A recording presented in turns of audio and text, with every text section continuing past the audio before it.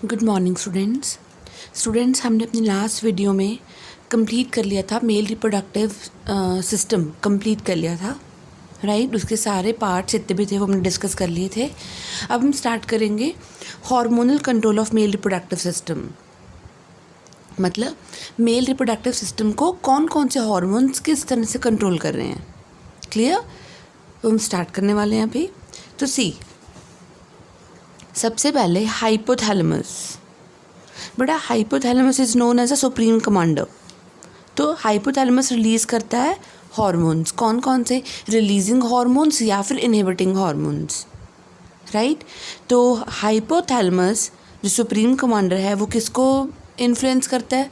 वो इन्फ्लुएंस करता है पिट्यूटरी ग्लैंड को, राइट। तो हाइपोथैलेमस रिलीज़ कर रहा है hormone GnRH। What is this? This is gonadotropin releasing hormone. मैं यहाँ लिख रही हूँ gonadotropin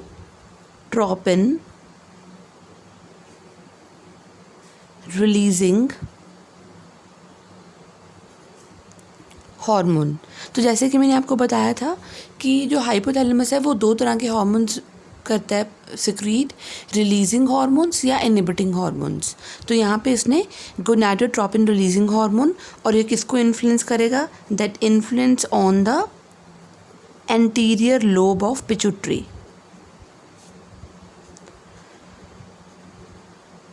right. Anterior lobe of pituitary को इन्फ्लुएंस करेगा। And pituitary is a master gland. वो बाकी सारी ग्लैंड्स को और क्या करती है बेटा? कंट्रोल करती है अपने हार्मोन्स की सिक्रीशन से, right. Now anterior lobe of pituitary gland will produce hormones. कौन सा? This produce hormone LH।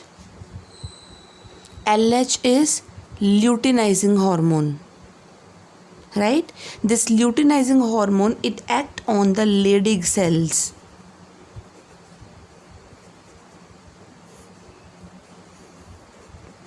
Leydig cells, ये Leydig cells को हम और क्या बोलते हैं बेटा? Interstitial sales.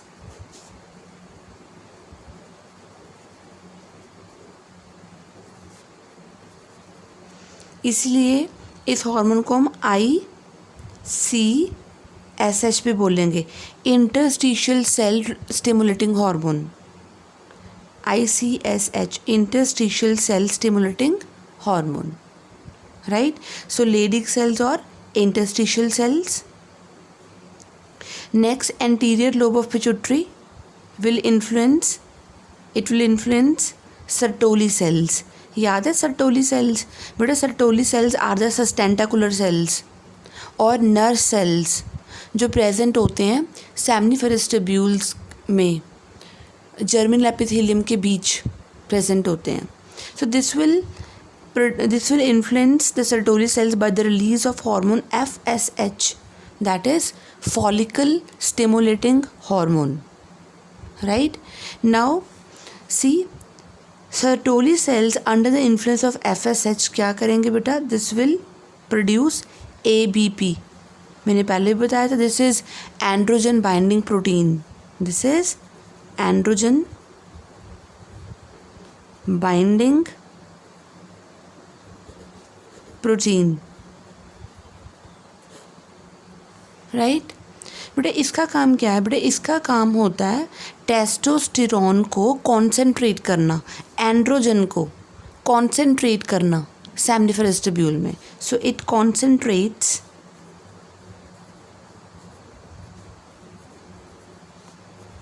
Testosterone in seminiferous tubule.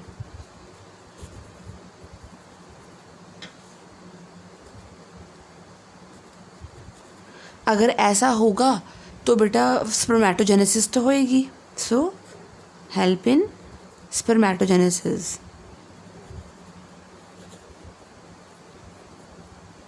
Right. Also Sertoli cells will release, Sertoli cells जब बहुत ज़्यादा एक्सेस स्पर्मेटोजेनेसिस होती रहेगी बेटा, क्योंकि देखो कॉन्सेंट्रेट हो गया टेस्टोस्टेरोन, उसके कारण स्पर्मेटोजेनेसिस का रेट काफ़ी फास्ट हो जाएगा। और जब रेट बहुत फास्ट हो जाएगा तो access of sperm production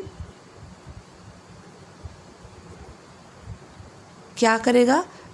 it will produce inhibin. So Sertoli cells will produce inhibin hormone, and that inhibin hormone give negative feedback to hypothalamus. Negative feedback means अब वो GnRH ज़्यादा प्रोड्यूस नहीं करेगा, और GnRH अगर ज़्यादा प्रोड्यूस नहीं होगा तो पिट्यूटरी भी इन्फ्लुएंस नहीं हो पाएगी. क्लियर? यहाँ पे भी लेडिक सेल्स की बात रहती है. बेटा Leydig cells will release hormone testosterone. Right? Testosterone बेटा किस पे एक्ट करेगा? रिप्रोडक्टिव ऑर्गन्स पे, यानी कि उनकी ग्रोथ और मैचुरेशन होएगी. क्लियर? सो रिप्रोडक्टिव ट्रैक्ट और रिप्रोडक्टिव ऑर्गन्स पे एक्ट करेगा, और जब एक्सेस हो जाएगा टेस्टोस्टेरोन फाइनली, तो इसका एक्सेस लेवल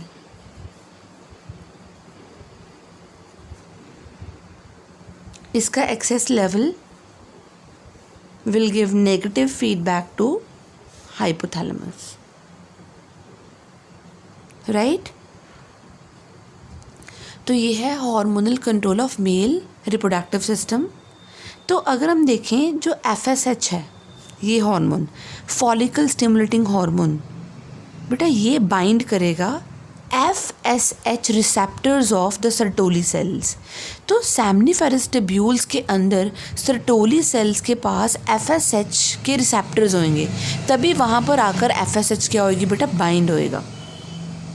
और इसी के कारण ही सेल्स ग्रो करेंगे और सेल सेक्रीट करेंगे स्पर्मेटोजेनिक सब्सटेंसेस, या जिसे हम बोलेंगे एंड्रोजन बाइंडिंग प्रोटीन. राइट? और LH and ICSH that is interstitial cell stimulating hormone, LH is luteinizing hormone, बेटा ये स्टिमुलेट करते हैं लेडिक सेल्स को रिलीज़ करने आने के लिए टेस्टोस्टेरोन. इनहिबिन हार्मोन का रोल क्या था? बेटा ये भी सर्टोली सेल्स ही रिलीज़ करते हैं, बट ये तब रिलीज़ होगा जब बहुत excess of rate of spermatogenesis बहुत इंक्रीज़ हो जाएगी. राइट? तो स्पर्मेटोजेनेसिस बहुत ज़्यादा एक्सेस होने पे जो इनहिबिन हार्मोन है वो रिलीज़ होगा, and that will give negative feedback to the anterior pituitary. Basically तो एंटीरियर पिट्यूटरी को ही देता है ये. एक मिनट यहाँ. राइट? और हाइपोथैलेमस को भी. हाइपोथैलेमस को नेग्लिजिबल. राइट? लेकिन मेनली ये इन्फ्लुएंस करता है किसको? एंटीरियर लोब ऑफ पिट्यूटरी को. So this results in the suppression of synthesis and the release of FSH. Right? तो स्पर्मेटोजेनेसिस कम हो जाएगी. टेस्टोस्टेरोन का रोल किस में था? बेटा ये लेडिक सेल्स प्रोड्यूस कर रहे थे. राइट? और स्पर्म प्रोडक्शन के लिए, और साथ साथ में development of secondary sexual characters.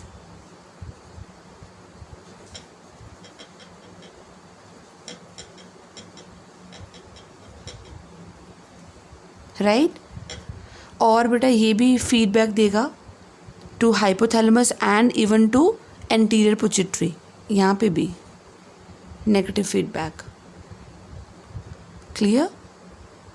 So ultimately जो एक्सेस ऑफ हार्मोन है GnRH और LH, ICSH, FSH वो रिलीज़ होना बंद हो जाएंगे, कम हो जाएंगे, बिकॉज ऑलरेडी बॉडी में होंगे. उसकी एक्सेस के कारण नेगेटिव फीडबैक मिलेगा. क्लियर? सो नॉर्मली बेटा जो टेस्टोस्टेरोन होता है ना वो फीटल स्टेज में रिलीज़ होता है बहुत कम. राइट? बस इतना का रिलीज़ होता है कि टेस्टिस डिसेंड हो जाती हैं उससे in the last trimester. Last जो ड्यूरिंग 7th मंथ में हैंग कर जाती हैं. Done? This is about the hormonal control of the mail reproductive system. अब हम पढ़ेंगे मेल रिप्रोडक्टिव सिस्टम के disorders. Disorders of male reproductive system.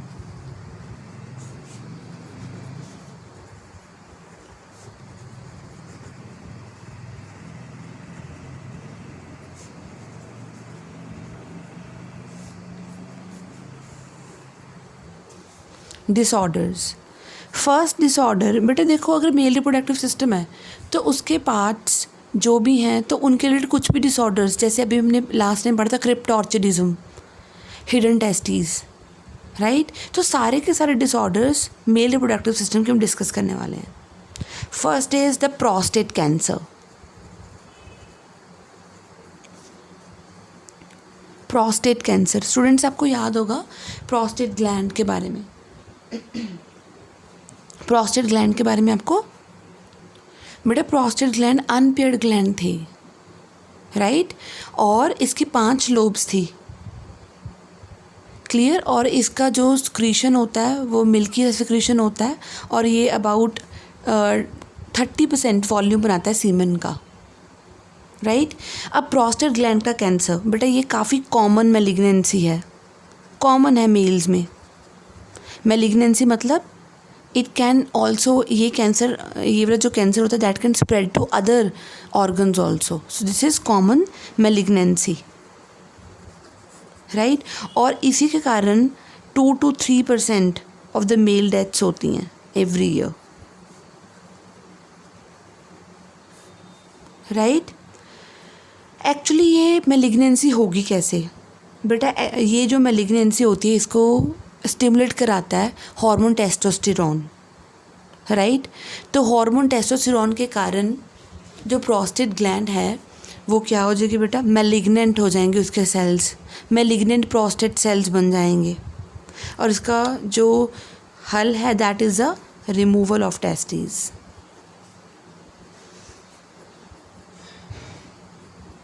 Right. और सर्जिकल रिमूवल ऑफ टेस्टिस को स्पेशल नेम दिया जाता है that is orchidectomy. Surgical removal of testis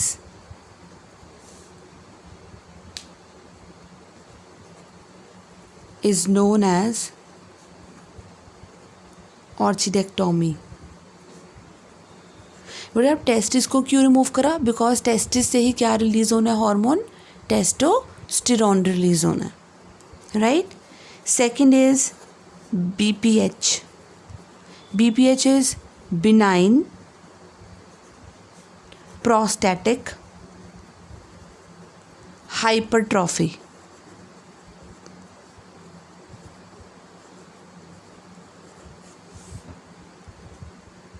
benign जो होता है बेटा जो दूसरे टिश्यूज़ तक नहीं जाता, that do not invade to other tissues,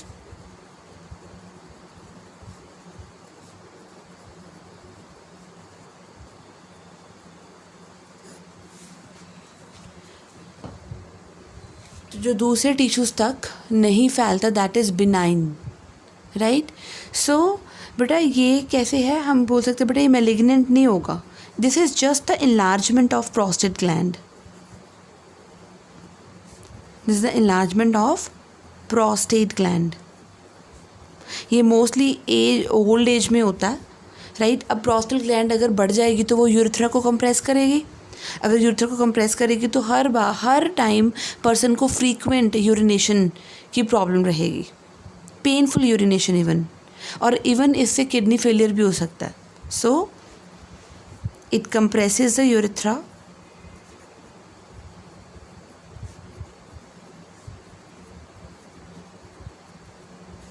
and causes frequent urination and frequent and painful urination, right. It can also lead to kidney failure,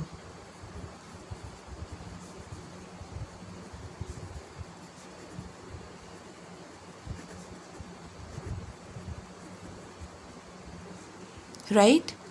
next जो है दैट इज़ क्रिप्टॉर्चिडिज्म। ये मैं पहले भी पढ़ा चुकी हूँ आपको, क्रिप्टॉर्चिडिज्म। क्रिप्टॉर्चिडिज्म मतलब हिडन टेस्टीज। ये हम पहले काफ़ी बार डिस्कस कर चुके हैं कि कई बार क्या होता है, टेस्टिस डिसेंड नहीं कर पाती ड्यूरिंग 7th मंथ, जब इंट्रा यूट्रिन डेवलपमेंट हो रही होती है मेल फीटस की, तो लो टेस्टोस्टेरोन के कारण या टेस्टोस्टेरोन ना प्रोड्यूस होने के कारण जो टेस्टिस है वो हैंग नहीं कर पाती इन द स्क्रॉटम, सो इस कंडीशन को बोलते हैं क्रिप्टोर्चिडिज्म, राइट। और इसके लिए बेटा क्या होएगी, एक माइनर सर्जरी होती है, right. Next is inguinal hernia.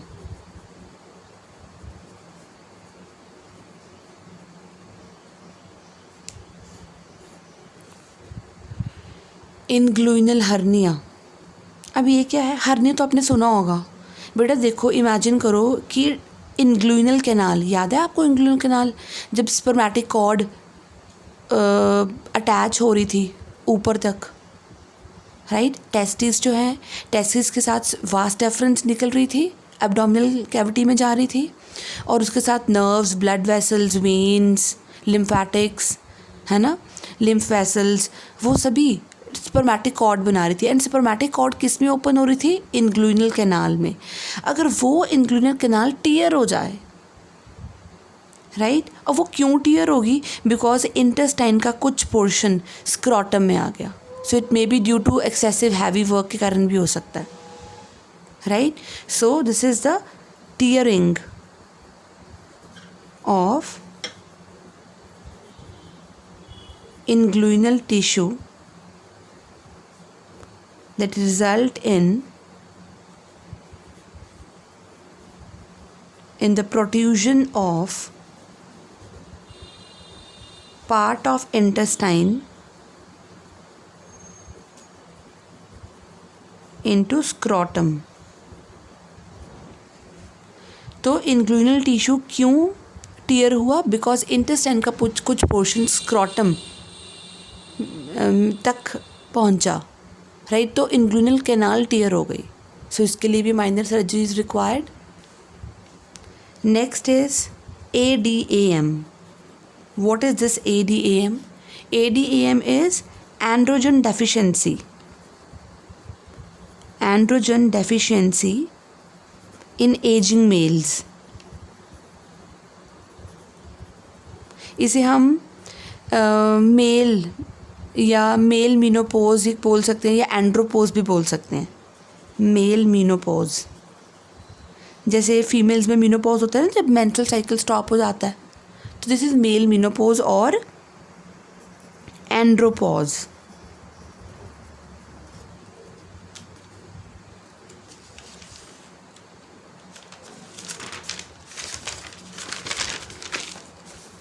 Right. अब बेटा ये कब होगा, it occur in the ageing male, so it occur in the males of age above 40। वैसे ये बहुत कम होता है, स्पर्म्स प्रोड्यूस होते हैं चाहे कम अमाउंट में प्रोड्यूस हों, right. Now another is 6th point, that is impotence. Impotence और इम्पोटेंसी, बेटा इम्पोटेंस क्या है? Impotence is the inability of the male to hold on erection.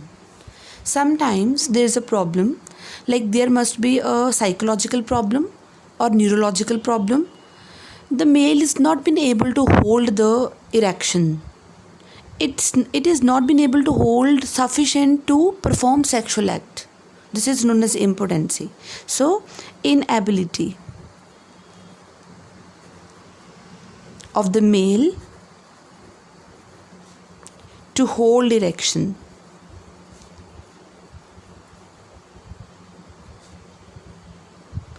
enough to cause you to perform intercourse, right? तो बेटा ये काफ़ी कारणों के कारण हो सकता है, may be due to underlying कोई प्रॉब्लम हो, बीपी वगैरह की, राइट, ब्लड प्रेशर की, मे बी हो सकता है साइकोलॉजिकल हो, क्योंकि sometimes it's not any problem, it's psychological, कि whether the male thinks whether he will be able to perform और not, right.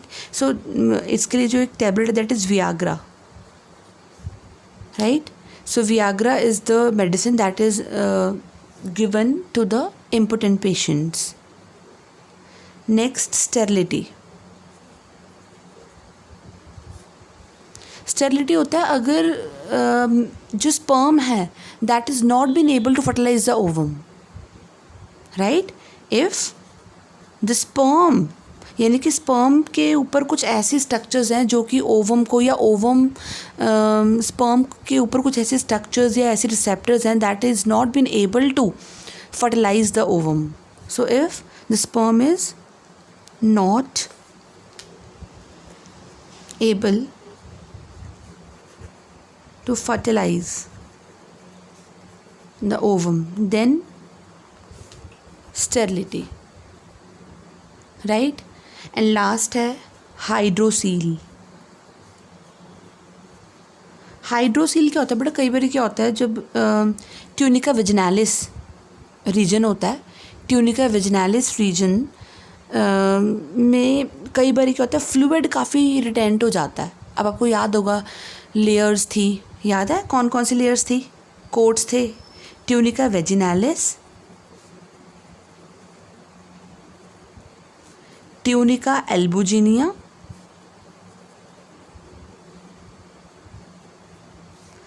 And tunica vasculosa.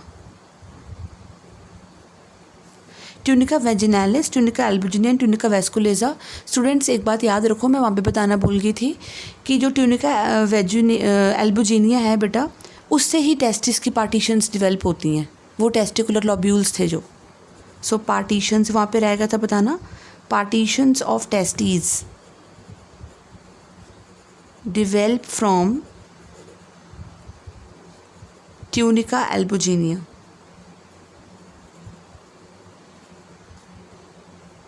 अभी हम बात कर रहे थे हाइड्रोसील की. समटाइम्स क्या होता है बेटा, फ्लूइड काफ़ी रिटेन हो जाता है ट्यूनिका एल्बुजिनिया में, राइट. और इतना ज़्यादा फ्लूइड कलेक्ट हो जाता है कि जो स्क्रोटम होता है it tends to get swollen so much. तो इसके लिए भी सर्जरी होगी, पंक्चरिंग करके फ्लूइड को निकाला जाता है और ट्रीटमेंट दिया जाता है. So hydrocele it's the collection of fluid in tunica vaginalis.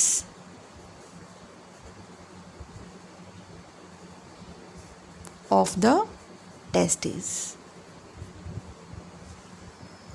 So students यहीं पे ही मेल रिप्रोडक्टिव सिस्टम पूरा कंप्लीट. आज हमने उसका हार्मोनल कंट्रोल और साथ साथ में डिसऑर्डर्स भी डिस्कस कर लिए. हम अपने नेक्स्ट वीडियो में स्टार्ट करेंगे फीमेल रिप्रोडक्टिव सिस्टम.